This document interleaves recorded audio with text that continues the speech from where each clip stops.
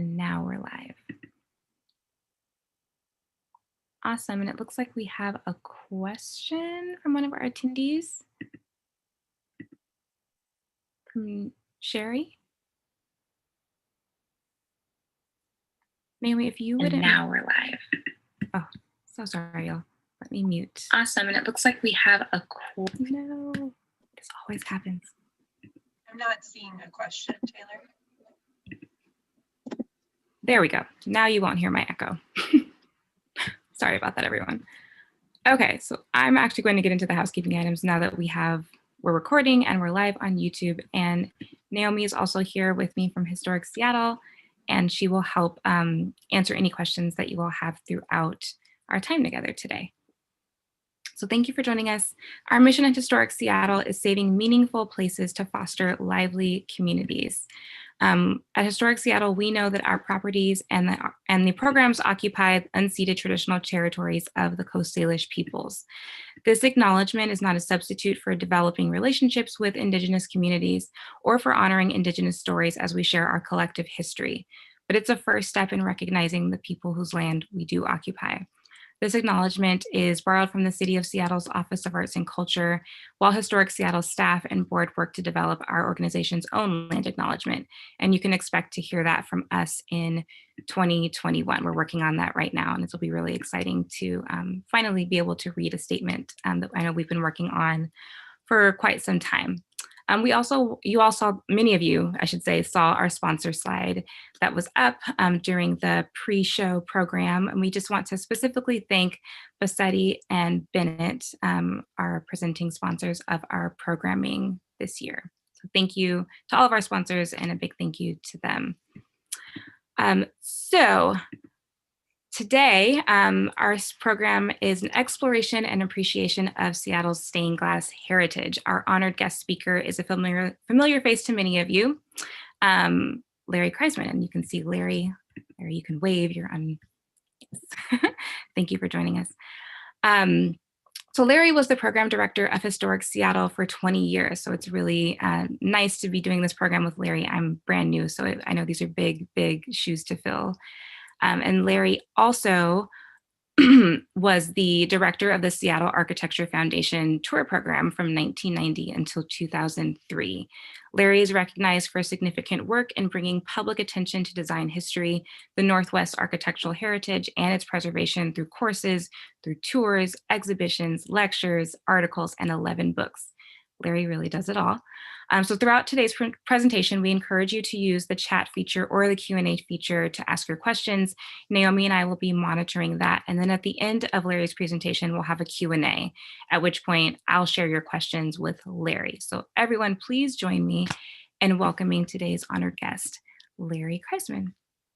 Thank you, Taylor, and thank you, Naomi. It's a pleasure to be here. I always enjoy supporting Historic Seattle in whatever way I can, even as a retiree emeritus. It's a little different presenting without a live audience. I've always greatly enjoyed the interaction with our members and the public, and that's a misgiving of this situation, but in reality, it's also opening up the opportunity to hear the lecture and hear this information for people who are out of the region and actually in other countries. So this is a kind of a plus of the Zoom generation here. I will take a second to share my screen and we'll get started. Oops. Let me just go back 1 second for this lovely picture. Get you inspired, especially those of you who are interested in the arts and crafts movement. Some of you who participated actually remember that in 2012, I introduced Historic Seattle members to the beauties of stained glass in Seattle's First Hill, which is the neighborhood in which Historic Seattle is located. And we made stops at 4 houses of worship and 1 apartment building and 2 residences, one of which was the Dearborn House, Historic Seattle's house. Then in 2016, I produced a similar program in the University District looking at 6 houses of worship And of course, stained glass windows were prominent features of all of these buildings. Sadly, two of its most significant early 20th century landmarks have sold their buildings. One has been demolished with an uncertain future that's now a hole in the ground on Northeast 50th on 15th Avenue Northeast. And we don't know when the replacement will happen there. And then the other one is just kind of waiting. And in 2021, I anticipate that it also would be demolished. And of course, the case of those is that the salvaged materials like the glass are then warehoused and never really again experienced in situ, which is a great loss. And yet another, originally the Third Church of Christ Scientist, has applied for a demolition permit in June, and we're still waiting on the outcome of that sale of this very endangered building. So none of these buildings were designated city landmarks because of a court ruling that basically exempted churches from controls. And so with no controls, the congregation and the administration could do whatever they wanted to the buildings. And while each congregation has reasons to question the burdens of ownership and extensive repairs and updates that are required of these and their shrinking congregations, there are other avenues that might have been considered to save and restore or adaptively reuse these buildings for the future, and would have allowed the owners to move ahead without sacrificing the historic sanctuaries. So of course, the tragedy of these demolitions, it encourages, for me, documenting stained glass legacy in a way that reaches a broad audience of longtime and new residents. With the knowledge and appreciation, we can perhaps prevent the raising of more significant buildings that contribute to the character and quality of the downtown and neighborhoods. So with that, we'll get into the meat of the story. While stained and painted leaded glass has a century-old tradition, most familiar to us from the remarkable cathedrals and churches of the late Romanesque and Gothic period in Europe, it gained new interest beginning in the mid-19th century, which saw an emerging use of stained glass in religious, institutional, commercial, and residential settings. The British socialist and art innovator William Morris is credited by some for the renewed popularity as he and his arts and crafts peers and followers look back to the medieval period and its handmade production as an inspiration for architecture, furniture, textiles, metalwork, and stained glass. By the late 19th century, artists were equally adept at showcasing medieval-inspired heraldry, knights, and castle motifs, and conventionalized interpretations of birds, animals, and flowers. A few definitions and some history are probably in order before we look at local examples. Glass is a hard, brittle, generally transparent material made of the proper proportions of sand, alkali, and another base substance brought to a liquid state by heat and then annealed, a cooling and a hardening process. Early stained glass was clear glass colored with applied enamel and silver stain. Later, colors formulated with various metals and oxides were added to the material in a molten state so that it is part of the material that comes out of the furnace. The traditional European method of producing sheets of what we call antique glass was mouth-blown. We're lucky to have one of the few remaining companies that still produce antique stained glass in its original European method, located in Fremont, producing glass that's shipped worldwide to meet the demand of restoration and new commissions. Molten glass is blown up into a large bottle shape. The two ends are removed, leaving a cylinder of hot glass. A vertical cut is made in the side of the cylinder, which is then placed back in the kiln. It's then folded out into a piece of flat glass. By including various additives or performing various blowing techniques, a range of different textures and qualities are achieved, ranging from plain to seedy to streaky or opalescent, in which glass has a milky iridescence. This is Ted Ellison, who I'll talk about a little bit later, and some of you may have heard his talk on Giannini and Hilgard several years ago. Most American windows from the turn of the century have been made in the machine-rolled style called cathedral glass, which enables making enormous sheets. It's a less expensive alternative for producing glass, either tinted or clear, patterned glass, and American opalescent or Tiffany glass. And this video is going to give you a little view of the process.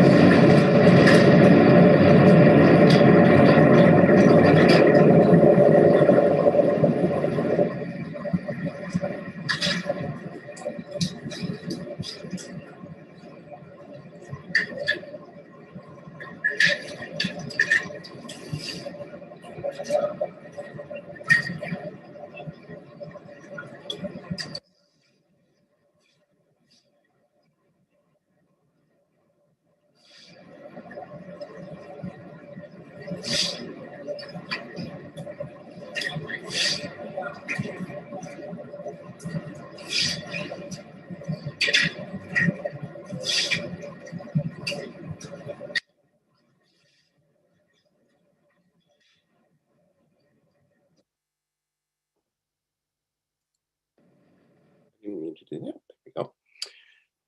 So glass can be embellished with various types of painted enamels. Many techniques of painting are employed mainly to create various degrees of translucence or halftones filtering the light through the glass. And glass can also be embellished by an acid etching process that modulates the color. The key component of stained glass windows is a leading in the form of lead came or eye-shaped lengths. And it's a perfect material because it's easily bendable to follow the curvilinear cut pieces of glass. Other materials like zinc, brass, and copper are used, but they're stiffer and harder to bend into shapes.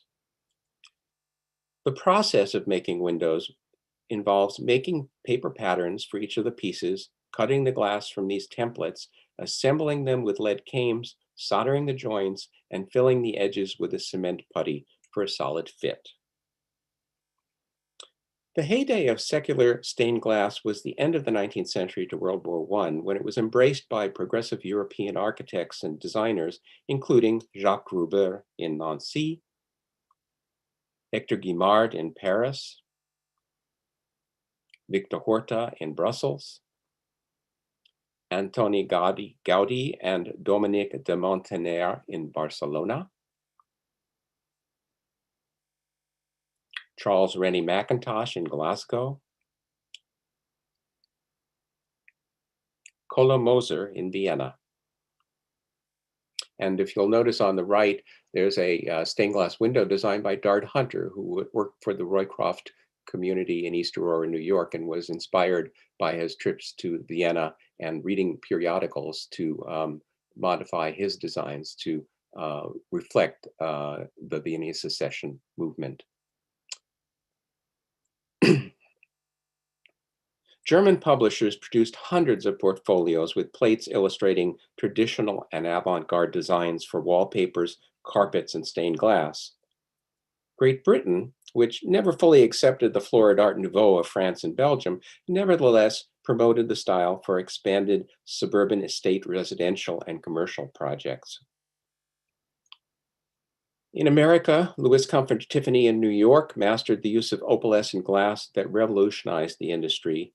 And Frank Lloyd Wright designed his geometric windows, but had several distinguished firms fabricate them, notably the Linden Company and Giannini and Hilgard, who we'll talk about a little bit later. Early 20th century windows reflected the Beaux-Arts classicism, then shaping commercial and civic buildings in growing cities. The brief popularity of French and Belgian Art Nouveau, and to a limited extent, the Midwest Prairie School designs of Wright and Purcell and Elmsley. In Chicago's Second Presbyterian Church, we can see wide-ranging designs and techniques all in one place, from Burne-Jones to Louis Millet, to Tiffany, to windows strongly influenced by the arts and crafts movement by Henry Van Doren Shaw. And we can see all of these influences upon Seattle glass installations over time. Prior to the development of highly skilled American glass workshops, European companies were the go-to place to import ecclesiastical glass for the many churches that were being built in American cities. The German company Mayer Brothers was prolific for furnishing the needs of these churches, and in Seattle, Trinity Episcopal Church was a showcase for their work. Its first building was destroyed in the Great Seattle Fire of 1889, and after the fire, the vestry purchased lots at 8th Avenue and James Street, and in 1891, a stone church was built in the English country Gothic style with stained glass by Mayer of Munich. A fire gutted the church in 1902, but a new interior with some enlargements was accomplished within the original stone walls by English-born architect John Graham Sr. Trinity Parish reopened 1 year later in 1903. The stained glass art seen now dates from after that fire. 12 are Franz Mayer designs placed between 1902 and the 1920s. Trinity's other stained glass windows produced by 4 studios in England and the US were placed there between 1949 and 1974. Munich became a center for stained glass design and fabrication in the 19th and 20th centuries. Around 1900, some 13 stained glass studios worked in Munich. In 1847, Joseph Mayer founded the Institute for Christian Art. He visualized a company that was, quote, a combination of fine arts, architecture, sculpture, and painting to revitalize the medieval building trades. And around 1860, a stained glass department was created. Then by 1865, the first overseas branch was opened in London. And under the management of his son, Franz, the studio expanded to over 500 employees and worldwide business connections. In 1888, a new branch in New York City was opened. So Munich style is a technique involved with painting religious scenes on large sheets of glass and then fusing these to the glass through firing in intense heat. This allowed the blending of colors not possible by the medieval style, in which any change in color in the scene required a separate piece of glass. In the Munich style, the leaded seams do not intrude upon the scene portrayed and are hardly noticeable. The late 19th and early 20th century saw an expansion of the stained glass industry in the United States, led by studios of Louis Tiffany, John Lafarge, and Charles Connick, among others. Boston and New York became the epicenters for regional studios, which rose in Philadelphia, Chicago, and other cities, where population growth, expansion into wealthy suburbs, and industrial and artistic development led to substantial ecclesiastic, fraternal, civic, and residential enterprises. In the first decade of the 20th century, Seattle was following in the footsteps of its East Coast and Midwest peers. They no longer had to look to European glass companies to embellish their buildings. St. James Cathedral was designed by the partnership of Hines and Lafarge, who had done the original design for St. John the Divine in New York. W. Marbury Somerville was their local representative here. Designed and constructed between 1903 and 07, it's one of the most imposing and advantageously sited religious structures in the city. Stylistically, the cathedral interpreted popular Italian Renaissance design in buff-colored brick veneer and terracotta over a concrete and steel supporting structure. Massive buttresses with Baroque-style terracotta consoles rose at the corners of the original crossing and supported, for a while, the outward thrust weight of the cathedral dome.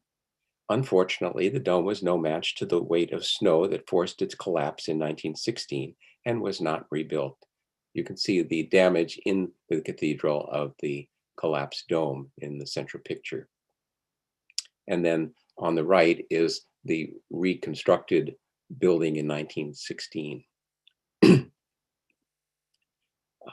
So commissioned in 1916 and installed 1917 to 1919, the stained glass here is the largest collection of early Connick windows in America, since Charles Connick did most of the painting on these early windows, whereas the latter the latter large collections of conic windows, the work was primarily by studio artists.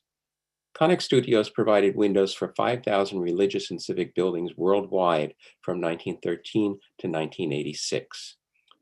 The subject and color treatments of religious art in St. James are impressive. Here are a few samples.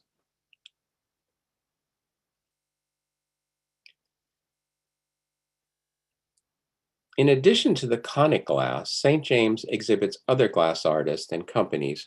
For the 1950 remodel of the cathedral, Rambusch Studio of New York was commissioned to create the black and gilt window over the west doors.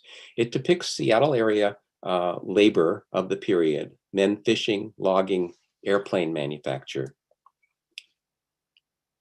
And late 20th century art glass is represented by the work of Hans Gottfried von Stockhausen, who was one of Germany's most respected glass artists. He executed a window in the sacristy and 9 rondules in the East Apse windows, which are primarily designed by Koenig and Mayer. The American glass industry produced traditional glass for churches, fraternal organizations, hotels, and clubs in the Pacific Northwest. And because of the wide range of buildings being constructed from 1900 until the Great Depression, glass manufacturers were called upon to do everything from simple beveled transoms and sidelights and built-in bookcases and china cabinets for neighborhood bungalows to narrative stained glass windows in stair halls and landings of prestigious homes of the affluent. Decisions about what companies got the work often rested with the architect and his contacts. Many of the building materials for Western homes came out on rail cars from the Northeast and the Midwest, and that accounts for attorney Chester Congdon's spectacular stone castle in North Yakima, for instance, designed by Kenyon and Main, a Minneapolis firm, and where everything from but the concrete and the stone was manufactured and shipped, including these Prairie School arts and crafts windows for the dining room, attributed to either the Chicago firm of Linden Glass Company, which fabricated many of Frank Lloyd Wright's windows, or J.S. Bradstreet, which frequently worked with architects Kenyon and his residential commissions. Bradstreet was a Minneapolis-St. Paul area designer and interior firm. The influence of the English and American arts and crafts movement was at its finest in the John and Eliza Leary residence and the neighboring Pierre Ferry residence on Capitol Hill. John Leary succeeded as a lumber manufacturer and salesperson. He also invested in coal mining, gas, water, railroading, land developments, banking, and marine navigation, sort of a Renaissance man of another ilk. In 1884, he served a term as the mayor of Seattle and later was the president of the Rainier Club, as well as a regent for the University of Washington. His architect, Alfred Bodley, arrived in Seattle in 1904 from Victoria, British Columbia, and he probably directed the ordering of a carpet of swans and poplars by the renowned British arts and crafts architect Charles Voysey, and commissions to the Rookwood Pottery Company in Cincinnati for tile fireplace surrounds and the tile frieze of water babies and mermaid-like children in Eliza Leary's bathroom. The focal point was a baronial great hall, 2 stories in height. Into this essentially Renaissance revival setting, the architect incorporated a monumental 9-light stained glass window by Louis Comfort Tiffany. Gustav Stickley's The Craftsman took note of the commission in its October 1908 issue after viewing it at the New York showroom before its shipment out. He said, "The design shows an Italian landscape, a glimpse of a garden with a vine-covered pergola with a lake just beyond and a low range of hills in the background. The foreground is a mass of gorgeous color as it is filled with luxuriant foliage and masses of hollyhocks and azaleas in full bloom. The most notable figure in the composition is the peacock in the foreground, which has been treated with admirable decorative effect. Owing to the difficulties presented by the design, the most careful use of materials was required for the execution of this work. The glass was made especially for the window, and no surface paints or pigments have been used. All the gradations of color and all the effects of light and shade are obtained wholly in the glass itself, with the result that the full qualities of depth and brilliancy have been preserved. A smaller Puget Sound scenic window was installed in the sunroom alcove on the west side of the hall. Both of these windows, restored, are now on display at the Burke Museum when it reopens, and we hope that will be soon. The Pierre Ferry house, Pierre Ferry was the brother-in-law of John Leary. He lived next door, and Alfred Bodley enlarged his house, which was more in keeping with the arts and crafts philosophy regarding the harmonious integrity of outdoor and indoor. For the Ferry dining room, Orlando Giannini of the Chicago mosaic firm Giannini and Hilgard created an iridescent gold glass mosaic tile fireplace with a wisteria motif. Giannini's work was known to Seattle designers because the Kellogg Tile Showroom downtown listed Giannini stock in its advertisements and probably carried its catalogs. The main hall has a stained glass window on the left-hand side, long credited to the Tiffany Studios, though it is more likely from the studio of Giannini and Hilgard. Tiffany has become the default credit for many decorative windows of the period. Questions of authenticity arise in a number of Seattle area homes. For instance, in the Mount Baker neighborhood, a 1911 Elizabethan Revival residence, you see on the right, the focal point was this window on the landing. The glass and several of the lighting fixtures have been credited to the Tiffany Company. The story goes that the owners replaced Belgian glass and fixtures that were ordered after the house was completed, but were destroyed in the early days of the First World War en route to the United States. We're just not sure whether this is really Tiffany. Probably not. One prolific East Coast glass, I didn't mean to skip that.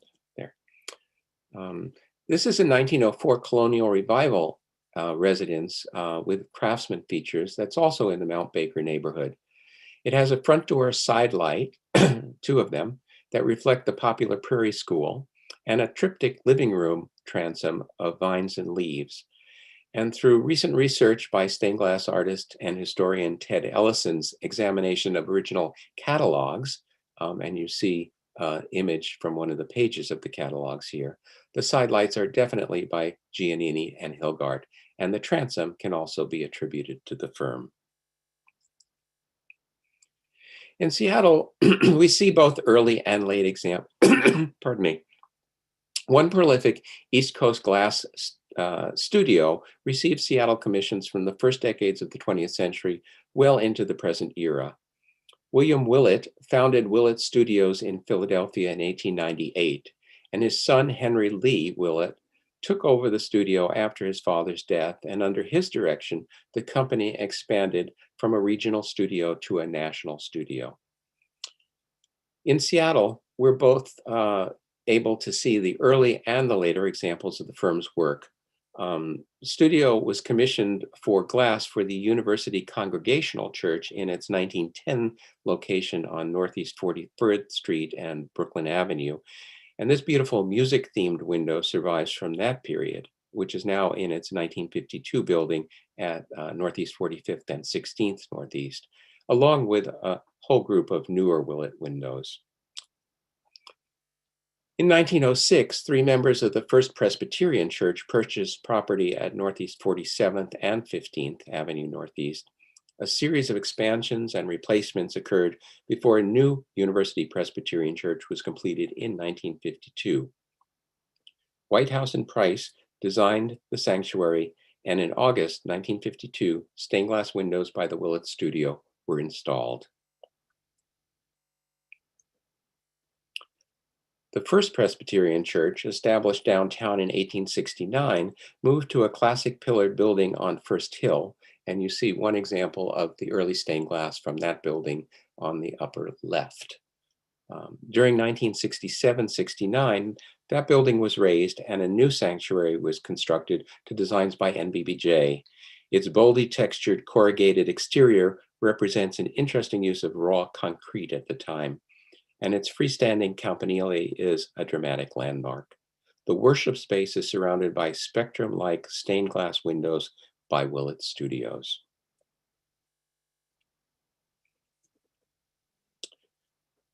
Finally, we're working our way into Northwest Regional glass.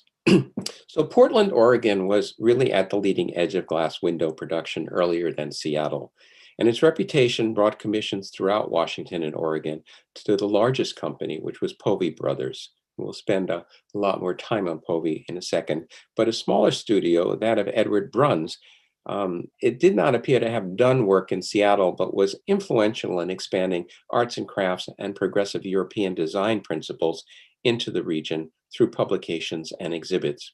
Much of the published work shows a strong arts and crafts influence.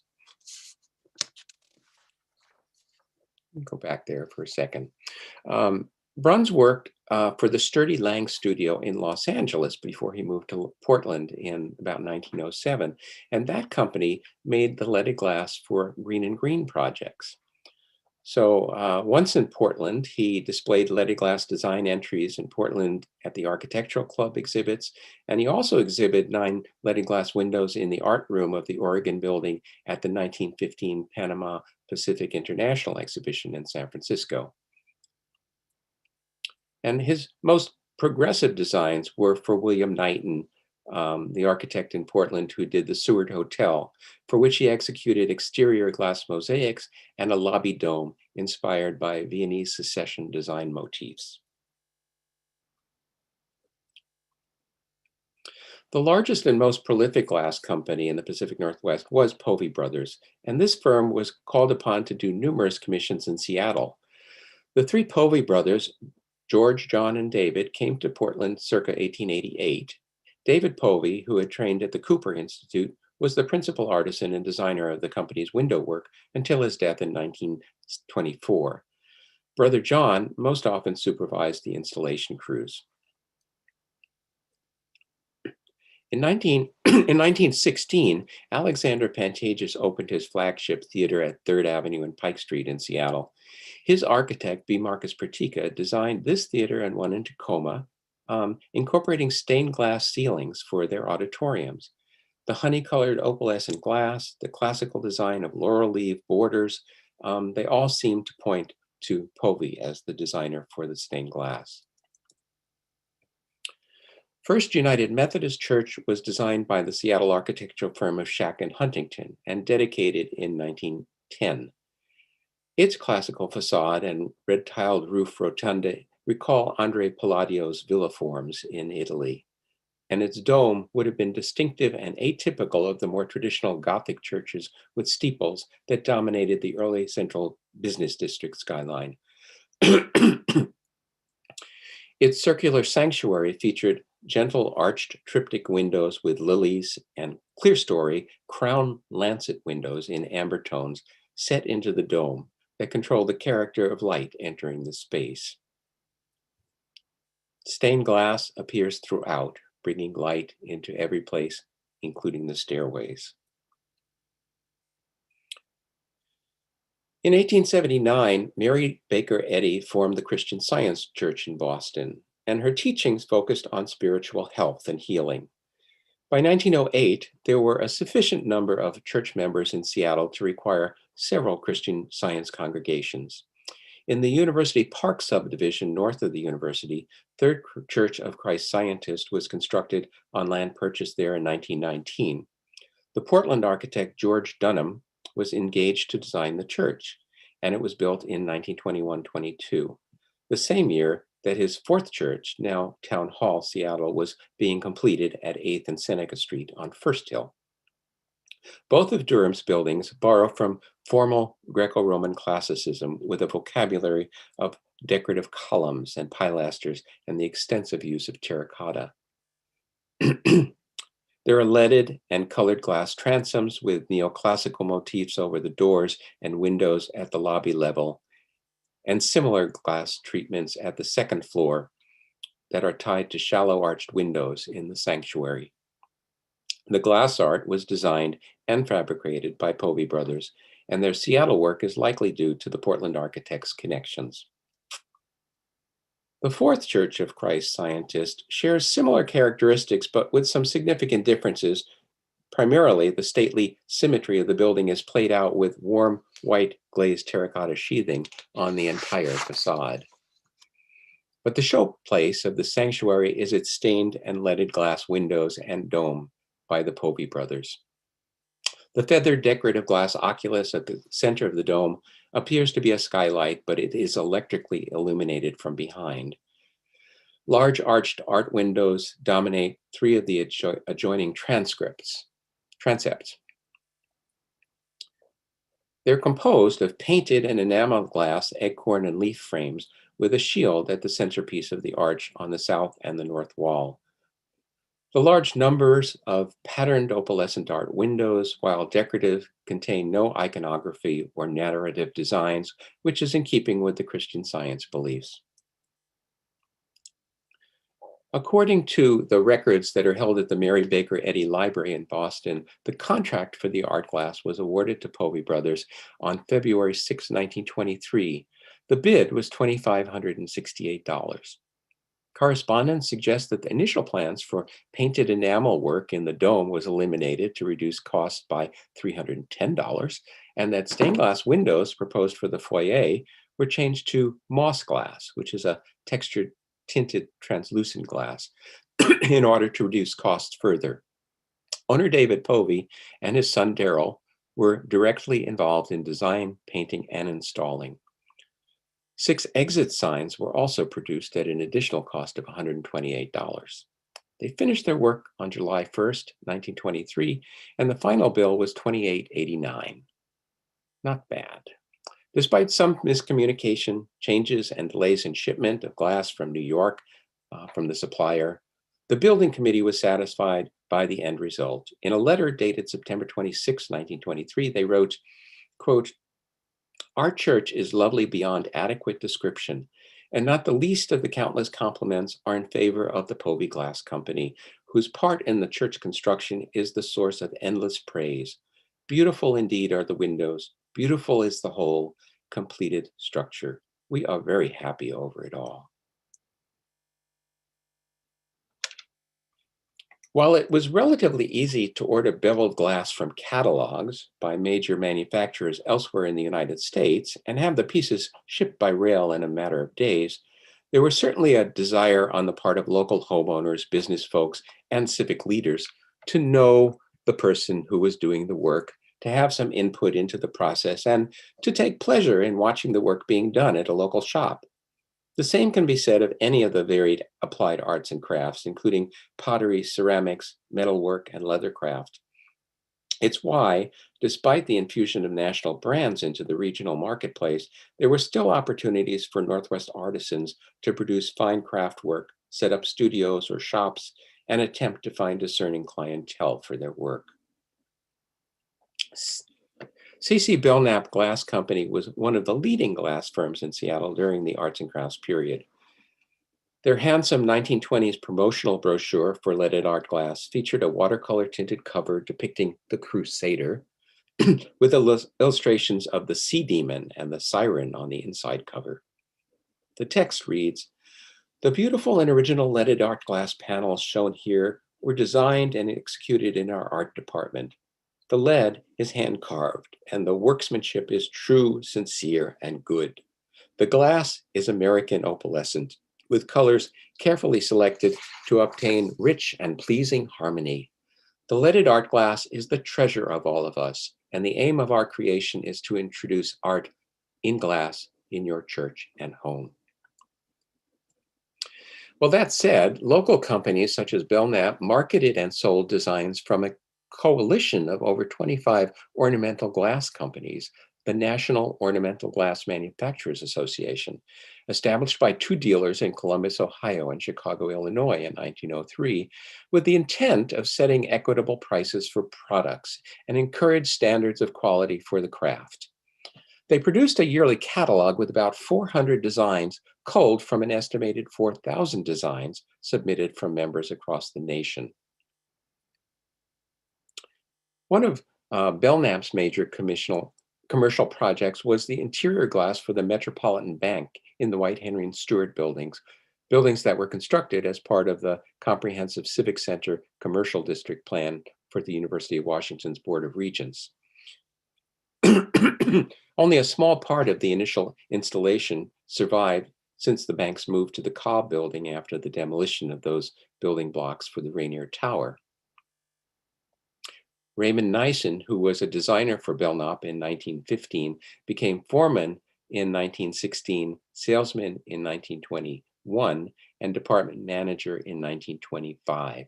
So he was involved probably with this design of glass. By 1929, he had established his own Nyssen Glass Company. Belknap innovated design in which the leaded glass became painterly lines for outlines and imagery within stained glass panels. And Raymond Nyssen may have learned this during his work there or been the creative force behind its use. In his own home in the Montlake neighborhood, he experimented over time with a variety of stained glass processes.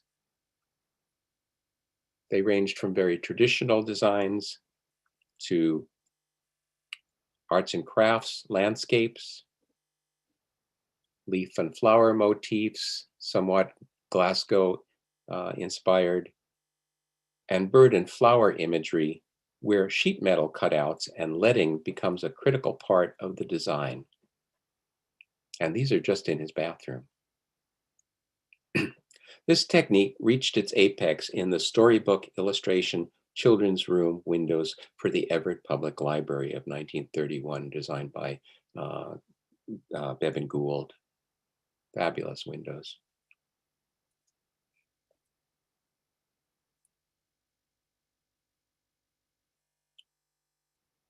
Three of the major works prepared by him during this time at Belknap were the tulip stained glass ceiling at the Hotel Leopold in Bellingham, installed in 1923 and demolished, the stained glass skylights of the Butterworth Mortuary columbarium ceilings of the same year, and the Metropolitan National Bank building, which we saw just now. He is also credited with the Main and Smith reading rooms of Suzela Library. And here we have leaded glass windows that incorporate medallions representing 28 Renaissance watermarks.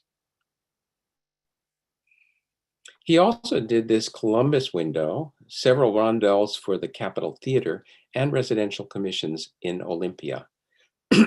Although a good portion of Nyssen's work occurred after World War I, when arts and crafts was no longer as much in vogue with the general public, his work continued in the styles popular during the previous decades.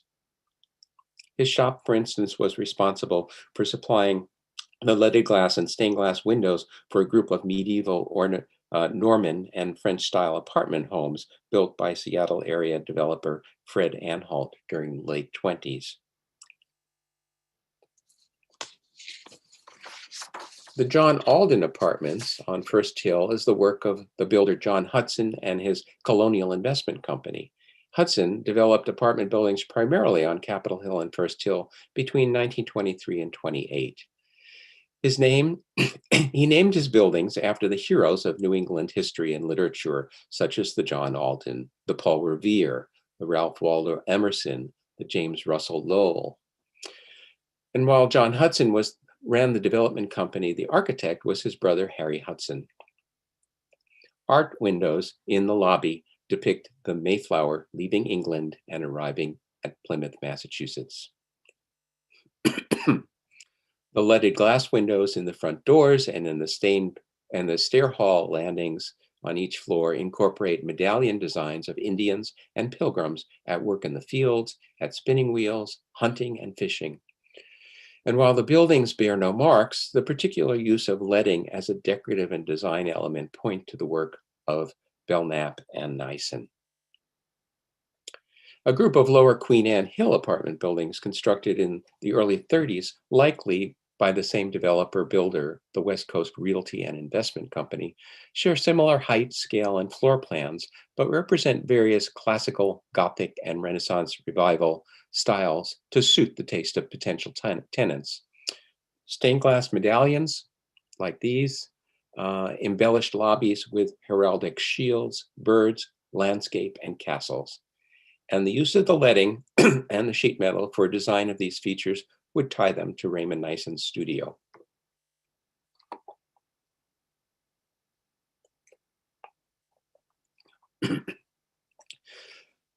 Several of these buildings embrace the popular contemporary Art Deco. Incised woodwork and abstract floral patterns make for individuality.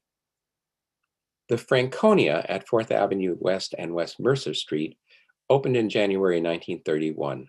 The designer took full advantage of the corner site to create an entrance to a lobby with large and colorful geometric stained glass windows in red and green glass, echoing the transom and sidelights of the entrance doors and showcasing Raymond Nison's adept application of French-inspired design. The work of Anton Géza-Rez, particularly in the ecclesiastical field, point to an outstanding career that reflected his early Central European education and experience. He was born in Czechoslovakia in 1896, graduated from the College of Fine Arts and Architecture of King Joseph University in Budapest. After the First World War, he immigrated to Shanghai and then came to Seattle. And once here, he established and headed the stained glass department of the W.P. Fuller Glass Company. He designed and installed art glass in office buildings, churches, and private residences, and some of his finest work is represented in 2 university district churches.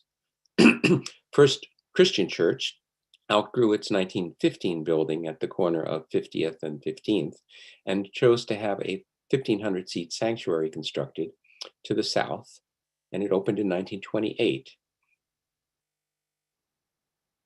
This building, attributed to John Graham Sr., but possibly to other people, recalled the Gothic tradition with its tower, stained glass, and carving. A brochure produced by the church described the stained glass windows in detail. They were intended to be understood or interpreted across the nave. In other words, they were to be viewed as pairs, with the message that because this happened, then this became possible.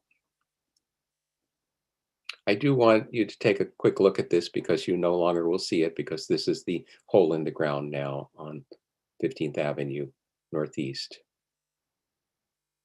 Great loss. And I don't know where the windows are. However, the church expanded as well in 1960. They actually added another building with a chapel designed by MBBJ, and its dominant feature was this large fused glass screen of many colors created by local sculptor and glass artist James Fitzgerald. James Fitzpatrick. Actually, it's James Fitzgerald, and I goofed up, so I correct myself. The Methodist congregation commissioned John Graham Sr. for a new Gothic building at 15th between Northeast 42nd and 43rd to seat 1,200 and harmonized with the new Gothic buildings on the campus. Construction began in 1926, and in 1927, the Methodist Episcopal congregation moved in. The stained glass windows were designed and constructed by Rez, who reportedly used 20,000 pieces of English cathedral glass to produce them. 6 stained glass windows rise on each side of the sanctuary that portray the life of Christ. In the balcony is the Sermon on the Mount, and then this marvelous children's window, All Things Bright and Beautiful, graces the narthex. The worship space, along with a 1956 education wing and the memorial chapel, is expected to be demolished in 2021. While Rez did not do that much commercial work, he did design one large window that depicts people laboring in major areas of regional commerce. Originally, it was installed in the Joshua Green building on 4th Avenue, and it was moved to its current location. The People's National Bank moved. They created, and Joshua Green relocated the bank's headquarters into this building in 72, which is now I think it's a Motif Hotel.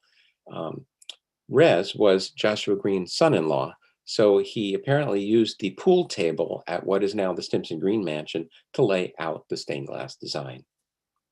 Nice story. I don't know how true it is. The firm of, either way you pronounce it, Seuss or Swiss and Smith, founded by German families from Chicago, opened a glass studio on Western Avenue near Wall Street in 1901, specializing in leaded, cut, and stained glass, but expanding their products to plate and window glass, memorial windows, lampshades, and mirrors. By 1906, the firm was named the Swiss or Süss Art Glass Company, and in 1909, relocated to Virginia Street near Westlake. They had a display at the AYP exhibition in 1909, and like Belknap, it was a member of the National Glass Association and had its personalized catalog of national designs for clear leaded and beveled glass, stained glass reflecting classical, pictorial, floral, landscape, prairie trends. Anything was possible. I think you paid a little bit more to have your name emblazoned on the covers. Like Belknap, it was a member of this association, and of the projects that we know about them, we know that one of their largest commissions would have been the stained glass cupola for the Coliseum Theater of 1916. This monumental Roman terracotta facade of the theater brought ticket takers into this coffered entrance vestibule. But by the 1920s, the picture on the right shows that there was a stained glass canopy and dome over that vestibule. Here's a close-up picture of it. And we really don't know whether they were responsible for this later work, which, as with most things on that theater, disappeared, including the top. Architects also designed interiors, lighting fixtures, and windows when they found a willing client. Andrew Willitson and Barry Byrne, who worked in Frank Lloyd Wright's Oak Park studio during its formative years, arrived in Seattle, and forming a partnership in 1909, they produced some of the city's purest Prairie School residential buildings in upscale neighborhoods in Capitol Hill, Queen Anne Hill, and the Highlands. The partnership ended in 1913. Willitson continued in practice here into the 50s. He designed stained glass and furniture, some of which is showcased in his architectural studio downtown on that picture on the right.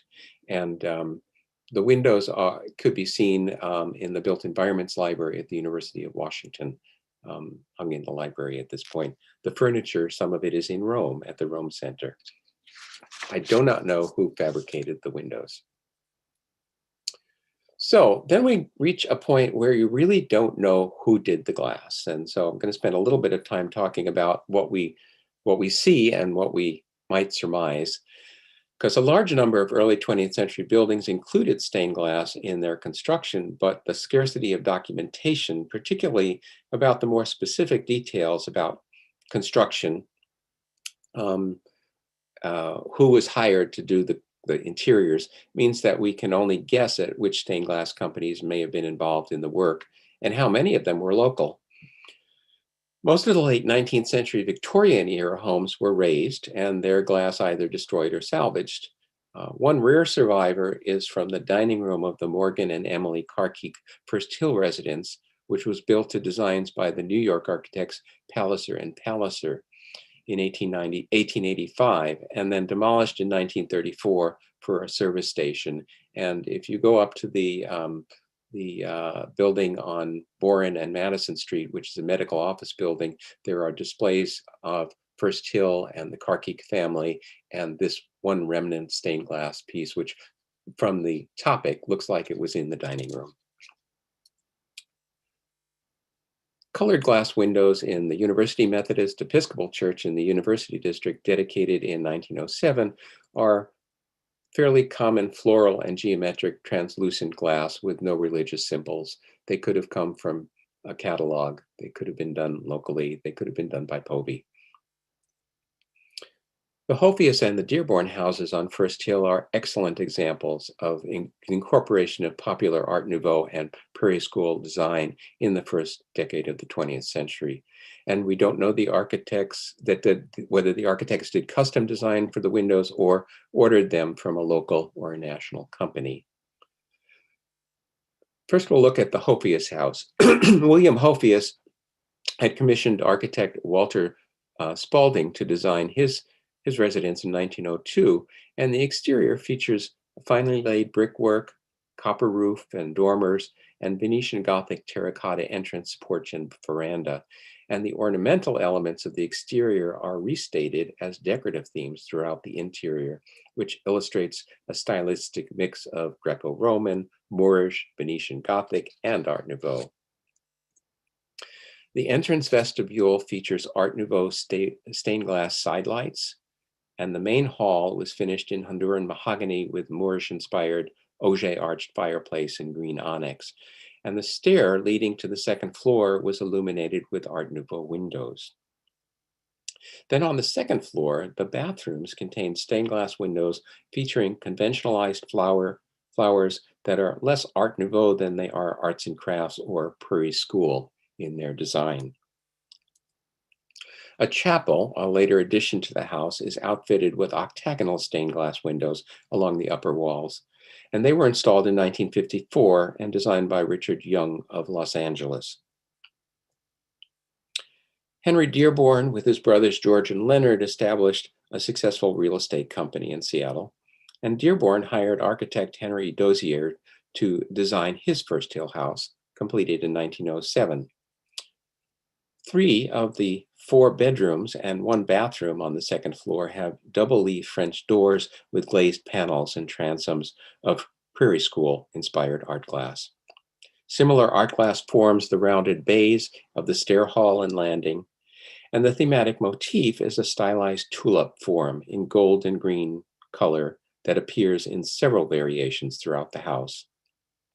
The window designs deviate from the classical revival details of the house itself, and this may have had to do with Henry's exposure in magazines and in architectural circles to the popular Prairie School designs coming out of the Midwest through the office of Frank Lloyd Wright and his contemporaries, William Purcell and George Elmsley.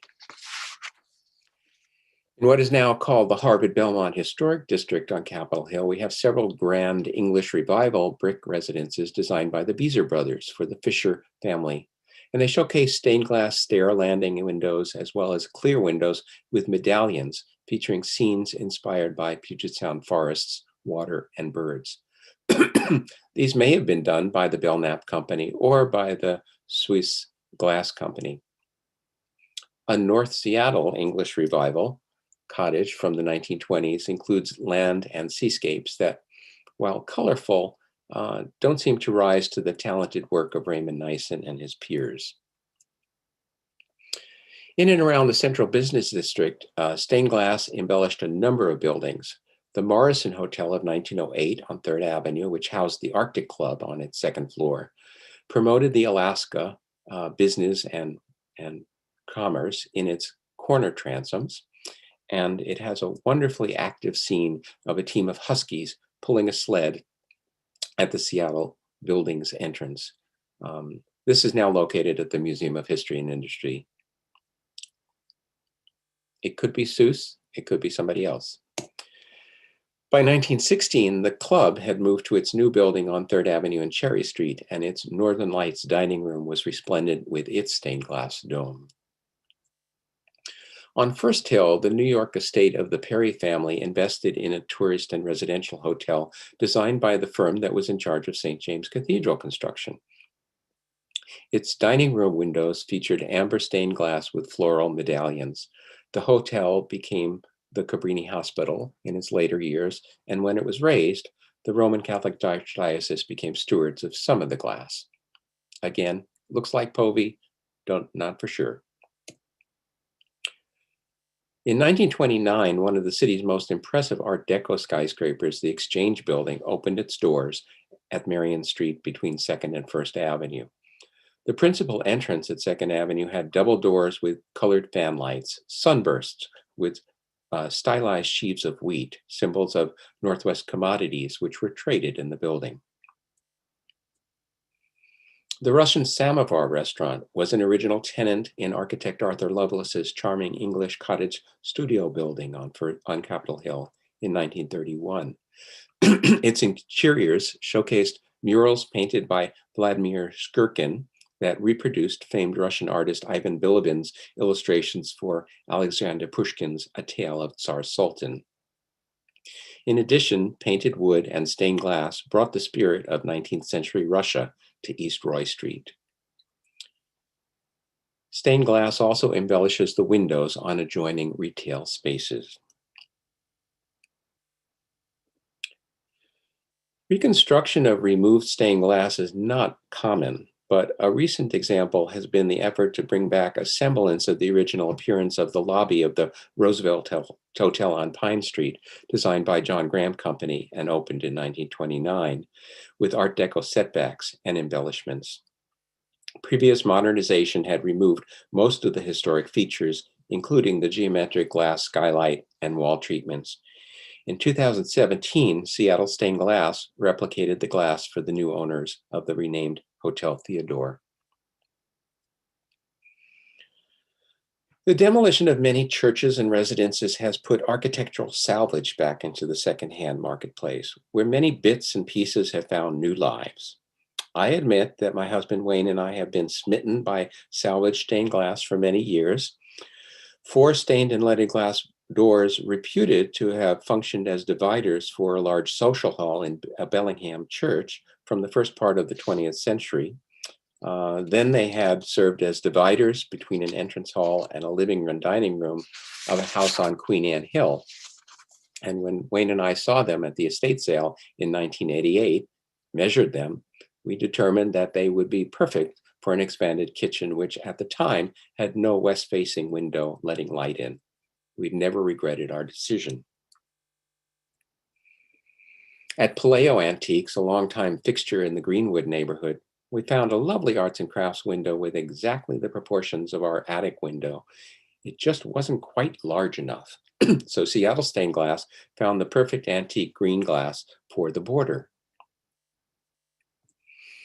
And in a local antique mall many years ago, I happened across 2 exit signs that were labeled as coming out of a demolished cinema in Cedro-Woolley.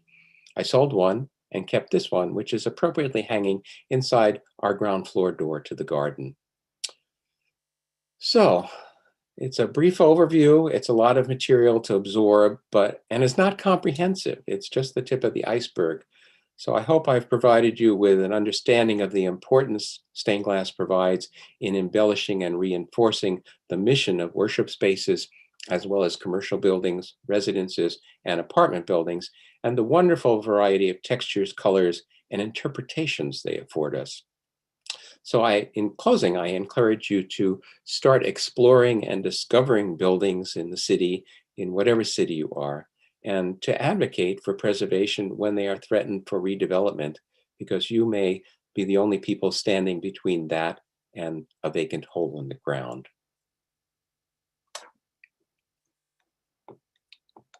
And with that,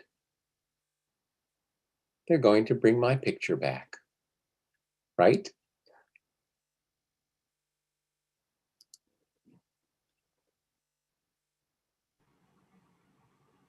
Thank you so much, Larry. I did invite you to turn your camera back on. Okay, let's see what that works. There we go. There you are. You're getting a lot of love in the chat right now, and we actually received questions both here on Zoom and on YouTube. So I know that we are a little bit over time, so I just want to let people know that. But if you're good to stay on, we do have some pretty great questions that came in. Hope I can answer some. I'm pretty sure that you can. I'll start with the questions that came in YouTube. Let me scroll up here. This is a question from Kim. She actually has 2 questions for us. She wants to know, are there any consultants available to hire for research? She purchased a home that was built in 1890, and it has original stained glass, and she wants to identify the glass maker. Wow. I don't have an immediate answer for that. There are glass historians. There are a number of people in Portland currently who have been doing a fair amount of research on their own on Povey and on other glass manufacturers. And if they want to email me, I can connect them up with those people. In Seattle, there are a few people like Justin Ivey, who was working as the manager at Seattle Stained Glass, who really appreciates and understands the old glass and probably could identify some of them. But I don't think a lot of people have started looking at this area. And it's not too early to do that. As I said, there's a lot of it disappearing as we speak. But my email was on that last page, and I'm happy to respond to that with a little thought. Thank you. And then another question that came through YouTube was, where was the theater, the exit sign from? Which theater is that from? I do not know that. It was a theater apparently in Cedar-Woolley. It must have been a cinema that probably got torn down. And so Cedar-Woolley is northeast of Burlington, so fairly far north. Awesome. And then the last question is just if the three-dimensional round Bohemian jewels are common in Seattle glass. Three-dimensional Bohemian jewels. Yes, and I can't remember what it was in reference to, but that was the question. So I thought I would just ask. They would have probably been in earlier Victorian era buildings from the 1870s, 80s, 90s, most of which are gone. You see the jewel inserts in those kinds of windows more commonly than you would in the arts and crafts period and Prairie style. By then they were finished. Povey did a lot of those windows in Portland, and Belknap probably did some in Seattle before he got into the 20th century modeling. Got it. Thank you. Okay, so now we get through these questions that came through our Q&A. First one that I'm seeing is, and maybe I'm seeing these in reverse order, from Colin. Thank you, Larry. This was an excellent presentation. Where did the raw glass used by these studios come from? Chicago, Indiana, or perhaps other plants in Washington state? And do you have any documentation on the source of the glass? I do know that Kokomo, which is still in business, provided a lot of stained glass. They were in the Midwest, and they're still supplying glass to some of the glass restoration companies here. As I said in writing about the glass that was coming to Povey for use, it came from New York. In the old days, they used to ship things around the Horn. Then they shipped it by rail. So depending on whether there were modes of transportation that could get them there on time, they usually were shipped out. I don't know whether there was were a lot of, for the more exotic glass, they probably had to go and import it from somewhere else. There are other people who know more about the specifics of that than I do. I'm the generalist. And speaking of generalists, we have a couple of questions that I think I'm just going to smush into one. There's a question about where people can find more information about the history of stained glass. Like, is there a resource list? Is there a book? And there was a specific question about older stained glass. I think what folks are just looking for from you, our lovely expert, is how can they take a deeper dive into the world of stained glass, and where can they go? Well, there are a fair number of books on stained glass. Generally, the British output on stained glass, there's some wonderful books on arts and crafts stained glass and on the history of stained glass generally. There are books on Tiffany ad nauseum, and there are books on Charles Connick and the major glass companies. Some of them can just go to the website if they're still operating, like the Willett studio is still operating, and they have a history of their glass, and they probably have show not all of them, but a lot of their installations over the years.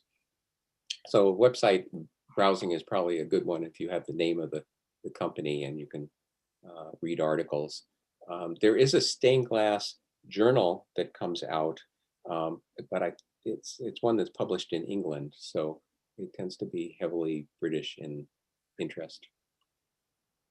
There are two questions related to stained glass and the churches that are being demolished. So one is like, is there kind of a cohesive plan to salvage stained glass when these churches get demolished? And then this related question is there a record of where these beautiful churches and other buildings, used to be?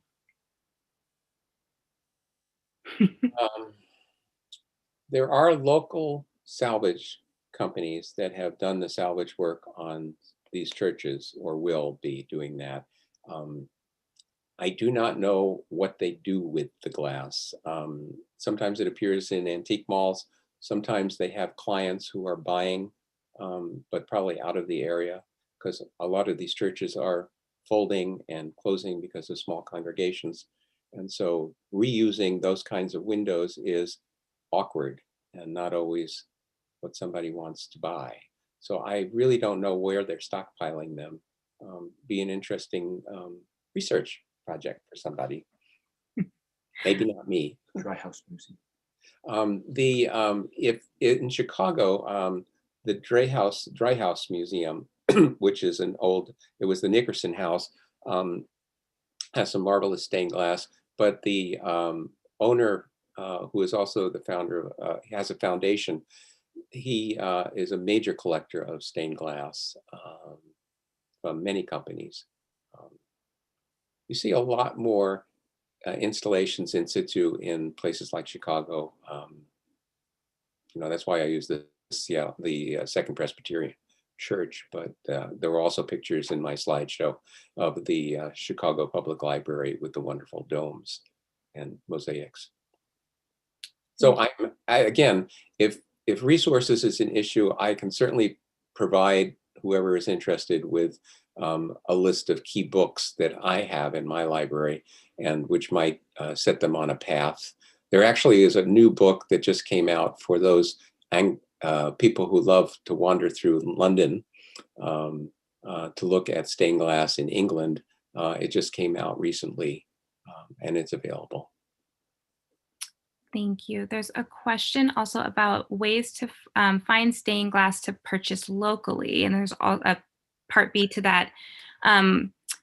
They'd like for you to speak about the history of people of color and stained glass in the state of Washington. And let me go back because I think there were two questions about that.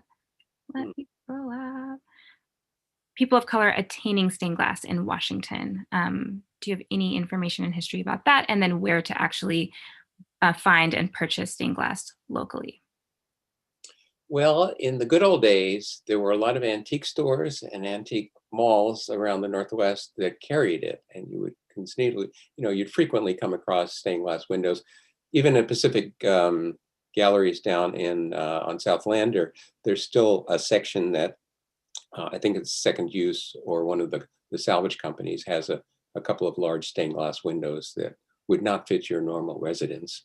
But you used to be able to come across those quite frequently, and now there are fewer avenues for finding those. There's the internet, and they sometimes turn up in various auctions, particularly auctions that are East and Midwest centered, where they've gotten a lot of old buildings and they've collected these windows. I know a lot of the Prairie School windows pop up occasionally that way. The second part of your question, I know Mount Zion Church has some stained glass windows from the old building and the new building. I'm not quite sure where to go with the question after that. I don't have knowledge. So. Okay, thank you for answering that. And there was a question that came really early that I wanted to make sure that I found. Is it true that glass slowly flows over time? Well, if you've ever seen old glass that's in a window and it hasn't been well maintained, you will see a sagging of the glass because of the weakening of the joints and the leading. And sometimes it bubbles outward. There's a bulge that's created. That's why there are people who are doing stained glass restoration where they actually have to take the entire window apart and re-lead it. That is some of what happened with the Tiffany windows at the Burke Museum, where Tom Bantarella and his team, all the windows were shipped to New York City to this specialist in restoration of Tiffany glass. And each of those segments was removed, cleaned. Tiffany glass is unusual in that it's multi-layered. There are many layers of glass, sometimes many 7. And so there are all sorts of color gradations that occur because of the colors of the glasses as you see through it. So all of those have to be taken apart, cleaned, put back together, re-leaded, and if there's broken pieces, finding match. And some of that, for that stained glass window, I believe came from Kokomo glass. From the Corning Art Museum, the answer is glass does not flow. The Corning Art Museum says that glass does not flow, but the sag is probably because the structure is weakening in the glass. I do remember seeing recently a really excellent video or PowerPoint on a particular glass restoration project. And again, if I get an email from somebody, I'd be happy to dig it out because I like people to be interested and find out more if they want to. My email address is kreisman31@gmail.com. Thank you, Larry. There are still questions coming in, but I'd be happy to send these to you. Oh, this is a long one. There's- Maybe these are too specific to ask. That's me, Taylor, giving people the Mount You can Sinai always window. forward them to me. And actually, if you forward all the comments to me, which I haven't been able to read, that would be great. Yeah. We can totally do that. And in the post-event follow-up email, I will include your email address, Larry, if that's okay with you, so that folks can ask these questions directly. Some of them are pretty specific. And I know that we're over our time and I want to be respectful of that. So if you'd like to take one more, we can do that. Or I can just send you all of these questions and also include your email in our follow-up email. Why don't we, since it's 11:45, yeah, why don't we hold off and you can send me anything else and I'll respond. I have nothing else to do. I have nothing else to do. We're free. We're retired. Yeah. Okay. Well, this was fantastic. Thank you so much. Oh, so many questions. This is great. Between YouTube and Zoom, you're just wildly popular. So this will give you something to do, answering all of these amazing questions from folks. Since we're not going away for Thanksgiving. Right. There you go. Thanks, Naomi. Thank you. Thank you. Yeah. Thank you, Larry. Thank you, Taylor. Thanks everyone for being here with us. It's wonderful to hear from you all and have you all here and to hear from Larry. And I appreciate Taylor putting this together. Absolutely, everyone. Well, we are going to log off. Enjoy the rest of your Saturday, and please email Larry with all of your questions. Thanks. All right. Bye, everyone. Bye.